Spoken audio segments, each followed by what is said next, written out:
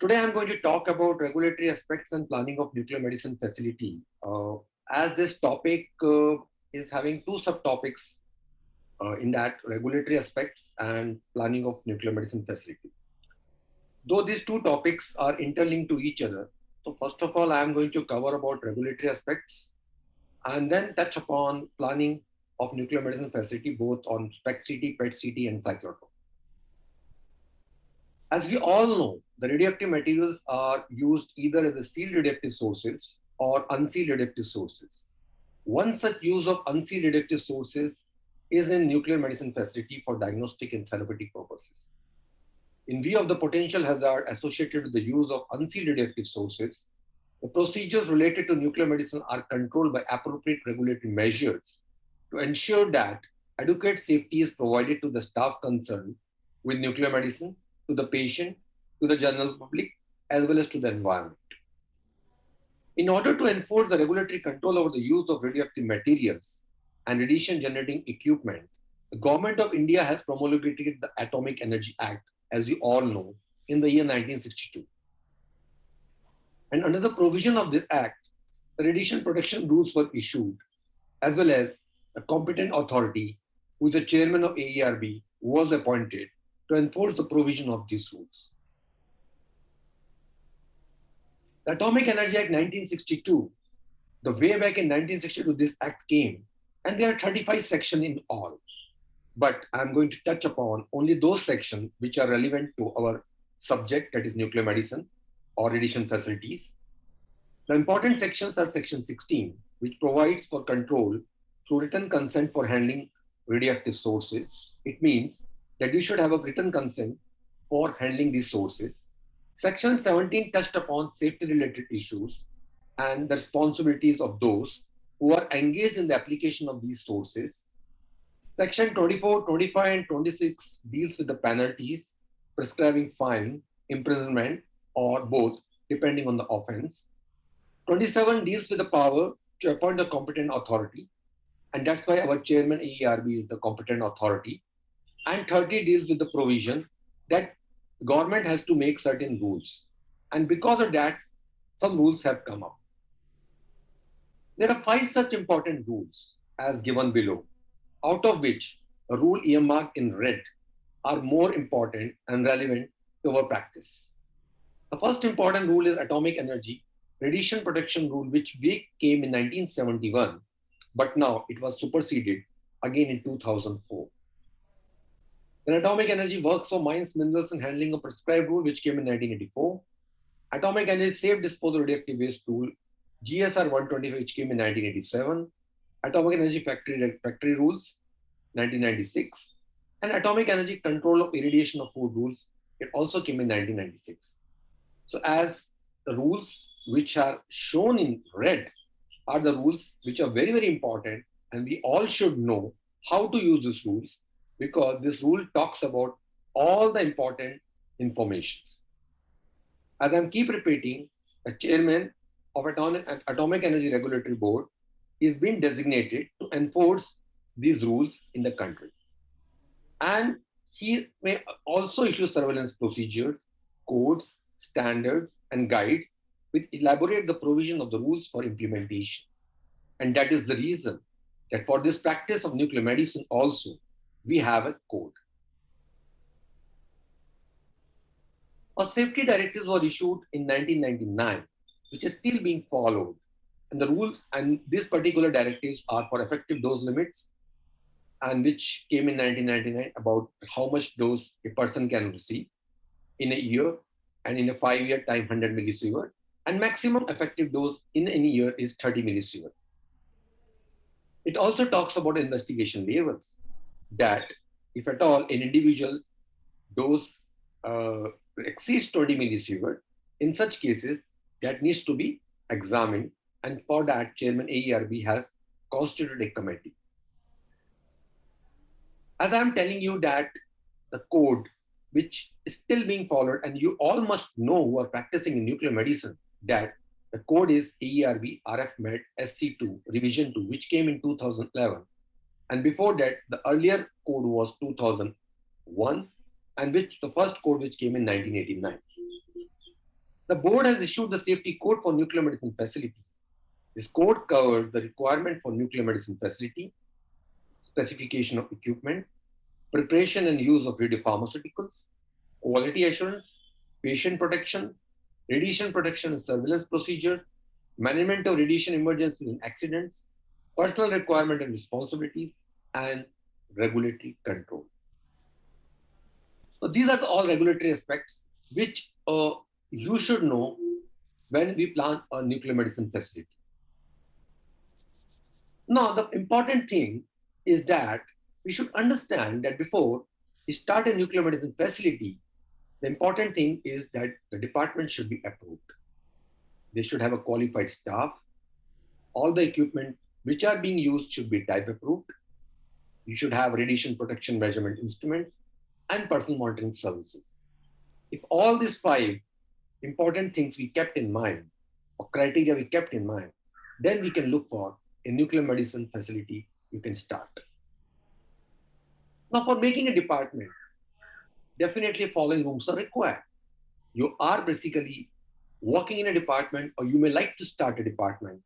The important thing is reception records area, NM physician and NM technologist or physicist room, imaging room with console area, dose administration room, post-administration waiting area, or we can say room also, active toilet with shower and separate general toilet, radioactive storage, and radioactive waste area. So these are 7 important minimum room which is required whenever you plan a nuclear medicine facility. Then only this department, once approved, and other stuff, what I've told in the previous slide, also has to be taken into account. Now, when it comes to the staff, what staff is required as far as you want to start a nuclear facility in our country? You should have a trained and qualified nuclear medicine physician. You should have a trained and qualified nuclear medicine technologist, medical physicist, and radiological safety officer. The qualification which is required for nuclear medicine physicians and technologists are well written down in our AERB safety code. Now, either of the two, either the nuclear medicine physician or nuclear medicine technologist, when they successfully complete the RSO certification examination, they are being nominated and finally approved as a radiological safety officer.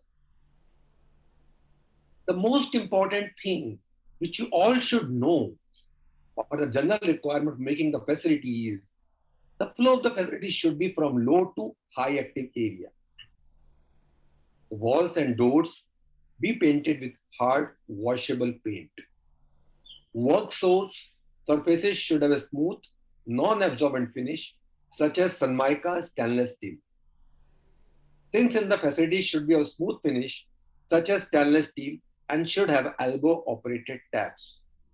The floor should be covered with linoleum or a similar material like joint-free tiles, vitrified tiles, which is non-absorbent and having a smooth surface. The ventilation system in the facility should be such that the direction of airflow should be from low active area to high active area. Separate drainage system directly connected to the main sewage system, one of the most important things which we look into it when we plan a nuclear medicine facility. As far as shielding requirement is concerned, now shielding requirement is entirely different as far as conventional nuclear medicine is concerned, or a molecular imaging concerned, or we talk about cyclotron facility. As far as conventional nuclear medicine is concerned, there is no necessity of additional structure shielding for conventional nuclear facility, except for PET-CT. But for radioactive waste containers, such as carboys contain large activity spent moly-99, where you're going to store it, definitely additional shieldings using interlocking lead bricks should be provided. This is the table which you can find anywhere in the literature, which are different radionuclides are there, what are different X-ray and gamma energies, and what are the HVT values of this. The most important thing you should know about this technetium, iodine-131, and fluorine-18, because these are 3 important radioisotopes which are being used in routine practices, whether you talk about conventional nuclear medicine or molecular imaging. Now, this is a very simple, you can talk about layout plan. And these layout plans you can very well find on our website also. This is a layout plan you can see. The important thing is it starts on low active area and goes to the high active area. This is general waiting area. This is the physician room, and this is the technologist room. As I told about, reception and record sitting over here, and this is your gamma camera. The gamma camera is having console room, and once the dose administration is done, the patient will go and sit over there for post-administration waiting area with active toilet. This is the toilet which you can use for low dose therapy purpose also. This is the hot lab with a radioactive source storage, decontamination room with a shower, and radioactive waste area. This is, you can have a decontamination room or not, that totally depends, it's optional to you. In a shower, in an active toilet itself, if you are having shower, that room can be used as a decontamination room. Now you come to this particular layout. This is a layout which install a PET-CT room. This is a PET-CT room. But again, the flow is same. This is a general waiting area. This is a physician room. This is a technologist room. Console area with a PET-CT. Now I see low active. Reception records. This is a general toilets. Restricted entry. And now we comes about, this is a post-administration waiting area for this PET-CT. This is dose administration. Here you can do dispensing. This is radioactive source storage. Most of the time source can be storage over here also. This is a decontamination room. If you don't want decontamination, in the active toilet itself, you can have a shower and radioactive waste room. Usually radioactive waste in case of PET-CT is very, very small, but in case of conventional nuclear medicine, the generators are there which requires to be stored. Now you can see the department which are coming out, the facility which are coming out having to both the things. It is having gamma camera also, having a PET-CT also, but having a common console. But the concept remains the same, low active to high active area, which we all have to keep in mind whenever we design or plan a nuclear medicine facility. PET exposure factors, I'm just directly coming to the PET-CT because as far as nuclear medicine is concerned, as I already informed, in case of conventional nuclear medicine, the shielding is not a major concern. I don't have to touch upon about fluorinating, what is the half-life, what is the energy. But the important thing is, several publications have given 4.1 millimeter lead and 3.4 centimeter of normal concrete is required. But these parameters or these values are for narrow beam conditions. So what we have to do, if at all we are going to use these values, then we may have to land up sheet thickness should be less because they don't talk about build-up or scatter factor. The most important formula, which was given by Douglas Simkin, is equation. This is called Archer equation. And for alpha beta values, are gamma values are given for different materials. Now what we have to do, we have to find the transmission factor. This is a transmission factor. If we know the transmission factor, this is X value, the thickness of the material required. Now, whatever transmission factor is required, accordingly, we can choose the thickness over here. Suppose transmission factor 50 is required, X value can be calculated from here and from these curves. Now, this is the transmission factor, and this is the thickness, and this particular curve is for lead. Now, whatever transmission factor you require, accordingly, you can able to find the thickness of the lead for shielding purpose. Similarly, this particular is for concrete, which we generally use as far as shielding is concerned. And here also, thickness you can find out once you able to know the transmission. This is for steel. Though steel is not much used, but steel is also a good shielding material. If at all you can't go, if you have a space constraint, steel and lead plays a very, very important role. Now, as far as FDG PET studies are concerned, we know it is non-specific tracer. And what will happen? It will normally in the brain, heart, bone marrow, bowel, kidney, activated muscle, it goes and concentrates over there. What happened? To reduce the uptake in skeletal muscle, generally patient has been asked to sit in a place uptake room where he has to sit for 30 to 90 minutes, depending on type of scan and practice institution. The important thing is patient preparation room is the required patient preparation room is the requirement for any PET facility, and thus it also to be included as far as radiation safety planning is concerned. Now, we know in a case of PET facility, you usually have more than one uptake room. Definitely, when two uptake rooms are there next to each other, we cannot have a wall, we cannot have a curtain, a brick wall in between because we don't want, because of one patient, other patient unnecessarily getting dose. In such case, a proper thickness of concrete is required between the two patient who is sitting after administrating uh, F18 in the two separate rooms so that they should not get a dose from individual each other apart from the dose which they are already receiving because of fluorinating in that. Usually what happens when the patient sits, the patient voids, and in such case, approximately 15% activity is being come out. And it is highly recommended a separate toilet reserved for PET patients also. The patient is then positioned on the tomograph and the patient has to be there on the bed for 30 minutes. Nowadays, a good type of machines are there. Digital PAT has come, which requires 8 to 10 minutes, more than 15. But adjusting the patient, taking the scan on the patient comes out, some time is required. And patient may be released immediately following the procedure. So they may go home or they may be asked to wait for some time till the scan is reviewed. So definitely again, after the scan, we have to again look for that also. All areas in the vicinity of PET imaging clinic must be considered for shielding calculations, including the areas above and below the PET room, as well as adjacent areas on the same floor. Because it is not only the PET imaging room or hot lab, but above the ceiling and below the floor is also one of the most important requirements. Who is sitting above the ceiling? Who is going to sit below the floor? That shielding also has to be taken care. Now, patient is the primary source of radiation that needs to be considered. And as far as dose rate constant is there, we all know the specific gamma ray constant is 6 Röntgen per centimeter per millicurie is required. So if at all 1 millicurie is source, 6 Röntgen per hour is there at a distance of 1 centimeter. But usually it is seen the dose rate from the patient is reduced by a factor of 2 because of the annihilation radiation, because of the absorption, because of the thickness of the material. So usually about 3 Röntgen you can say a dose at a distance of 1 centimeter because of 1 millicurie source. Now the question arises, do you really require a CT portion thickness also for shielding material for PET CT in CT case? Usually a CT, in case of PET CT, the CT is being used very minimal and the workload is also considerably less. Thus, in case of PET CT, if at all you are planning for PET and then CT is always already taken care of because the energy of fluorine 80 which is used in PET is 511 kV. Usually when we plan it, usually such type of drawings are being considered.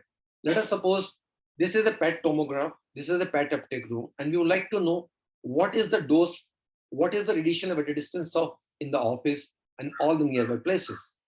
When such thing happens, we usually able to generate this particular table. And from this table, we can able to find out, okay, these are different rooms, these are different distances, what are a different radiation level is going to come, what is the occupancy factor we have taken, and finally, what thickness is required to bring down the radiation level as desired. Now we come to the therapeutic nuclear medicine because still in the previous slide, we have touched upon diagnostic nuclear medicine. As far as therapeutic nuclear medicine is concerned, we talk about isolation ward. In India, Atomic Energy Regulatory Board has prescribed that limit is 30 millicurie. If it is more than 30 millicurie, you have to admit the patient in a ward which is isolation ward. Then windows of the ward should be provided at least a height of 2 meters from above the floor. And administration of therapy dose of iodine 131 should be done in an adjacent room having a fume hood for handling and administering the dose. A properly calibrated isotope calibrator is required. We all know whether it is a conventional nuclear medicine or a high dose therapy ward. In the next slides, I'm going to talk about or tell you about I'll show you the layout plan. Okay, what is the buffer area? Nursing room is also one of the most important, which is required, which not only takes care of the patient, but all the movement of the patients can be seen into it.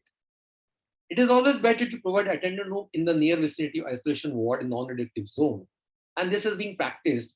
And usually it has been seen that this gives lot of psychological reduce loss of psychological pressures to the patient who has been admitted for 1 or 2 days in the isolation ward, and those who cannot frequently meet as the relatives goes and meet in a general ward. So this is the isolation ward you can see with 2 patients, and these are 2 toilets which goes to the delay tank. This is the isotope calibrator and this nursing I was talking about. And here is the contained linen storage. This is the fume hood. And from these 2 toilets, it will go to the delay tank. Now we'll come to the HPT values, as I already talked about. These are lead, concrete, and brick. This is a very simple example I would like to give. If a patient is administered 100 millicurie and permissible over general public is considered 2 mR per week, then this is the wall thickness for brick, concrete, and lead is required. Now, delay tank for storage, as we all know, less than 10 millicurie, 10% only goes if the meds is there. Otherwise, about 70 to 80% administrative activity comes out through urine within 48 hours. Suppose if you're giving 150 millicurie or 5.5 gigabecquerel, then about 4 gigabecquerel activity is being coming out from the patient urine or effluents in 48 hours. So what is important? Important is a delay tank should be leak proof. It should be corrosion free. It should have a smooth surface area from inside. Outlet should be at higher level than the inlet. And usually for 2-bedded ward, each tank should have a capacity of 6,000 liters each. So this is your delay tank concept. You can see over here, this is isolation ward. Urine is coming, this is isolation ward. It comes, there are 2 different walls. Once it comes over there, wall 2 is closed, wall 1 is open. This particular tank gets refilled, and about 100 liters of water, if it is coming from both tanks, from both wards, and it takes about 30 days to refill this tank, to fill this tank. And once this tank gets filled, we close this wall and open this wall. Once this wall gets open, it finally comes and start filling up this tank. And when this tank filling is going on, there decay of the iodine or effluent which is being collected is being decayed. Finally, from wall 3 and wall 5, it will come here. We have to see to it, we have to measure it, and then only it will finally go to the main sewage line. Now we'll come to the last part of this particular presentation, which is the planning for medical cyclotron, which is also one of the most important things. We should know it. What are the steps to be followed whenever we plan such kind of facility? The most important thing is selection of site and approval of layout plan, site plan, elevation plan, medical science facility, and PET-CT scanners. And usually, why I'm talking about PET-CT scanner, you may be surprised to know, because there are certain hospitals which plan PET-CT and medical cyclotron together. But if at all you're planning for a commercial facility which require only medical cyclotron, then again, you have to forget about PET-CT and other all information is required.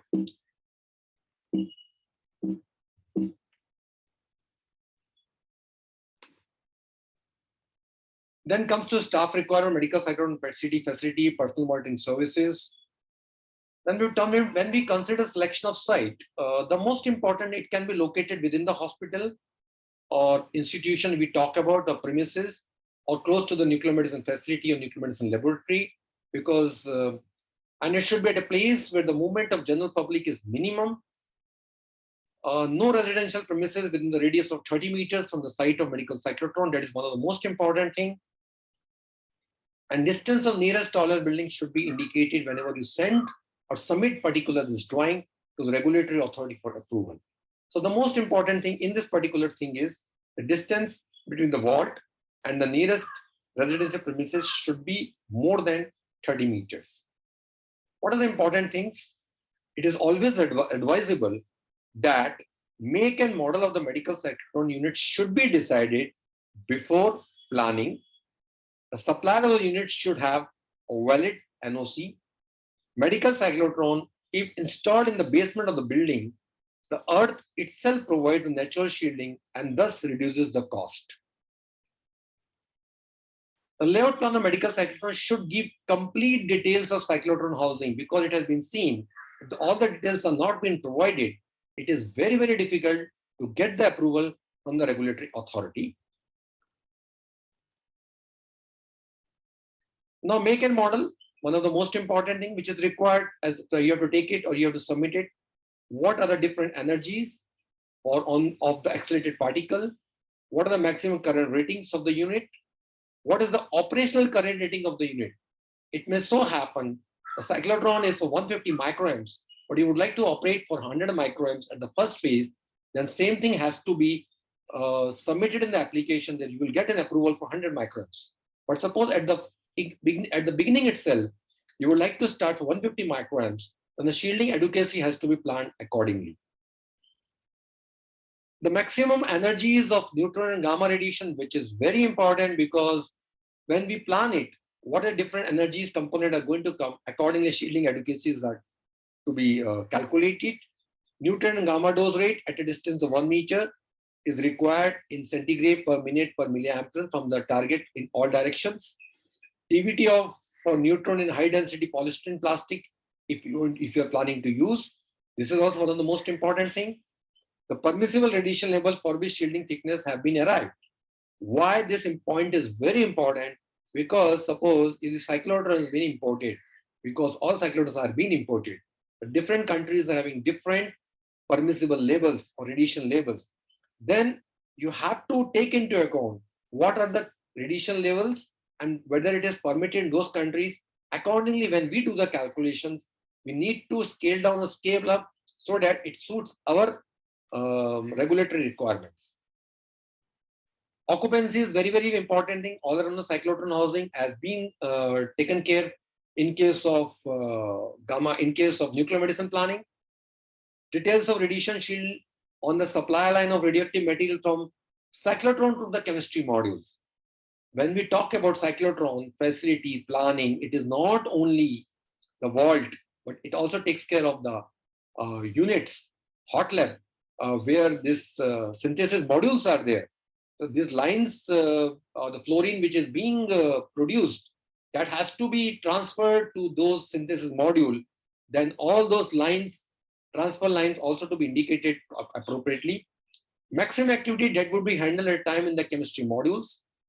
What is the detail of radiation shield in the chemistry modules, which one of the most important thing, because then only we can able to find out whether the thickness of all those chemistry modules are sufficient enough so that a person can work, and how much activity maximum you can handle in those persons in this synthesis module. Details of air circulation is also one of the most important thing, not only in cyclotron unit, but adjacent to unit where the synthesis takes place, where chemistry modules are there, other part of the building. Height of the stack of duct above the ceiling of the building has to be shown, because from the gases, if at all it is going to be compressed, it is to be released, that also to be clearly shown. Details of energies of radiation dose rate, HVT, TVT, as I mentioned in the previous slide, to be obtained from supplier. Then what have to you have to submit a preliminary safety analysis report. And this report contains siting, design, construction, commissioning, operation, servicing and maintaining, decontamination procedure, disposal of radioactive waste, and emergency preparedness. Whatever you can envisage, that has to be incorporated in this preliminary safety analysis report. And once this report is to be submitted, civil work where cyclotron and PET are to be installed should not be initiated unless permission is granted by the competent authority. That is, once you will get a design construction approval after submission of preliminary safety analysis report and review, then only you can start the construction work. After completion of the civil work and installation of cyclotron, usually inspection is planned for the facility by the representative of the competent authority, and the trial run is given, and the trial cyclotron is run for trial, and all the radiation, radiation fields are noted down, and the same has to be incorporated in the final safety analysis report. And once the FSR is the report, which is the final report, and that has to be submitted for getting the final permission from the commissioning permission from the regulatory authority. This is a cyclotron. You can see here exactly this is a self-shielded cyclotron, and the wall thickness itself talks about the wall thickness is not much, and these are different associated rooms. Here it comes to the from here it transferred to the hot cell. Hot cell, it will come in this way, and finally it goes out by this way. These are different associated room, RSO room, staff room, power supply room, cyclotron control room, and other secondary ducting. All these rooms are there. Similarly, when we see this unshielded cyclotron, you can see the maze walls are there, and other rooms are going to be there. This is again a hot cell. This is again what can say ducting room, RSO room, staff room. These are things. Finally, it is going to dispatch area. So this is a difference between a you can say. And here, what we do, whenever you submit all these things, we usually the vendor gives the profile all around it, and we have to evaluate and we have to rework on those profiles. Now comes to the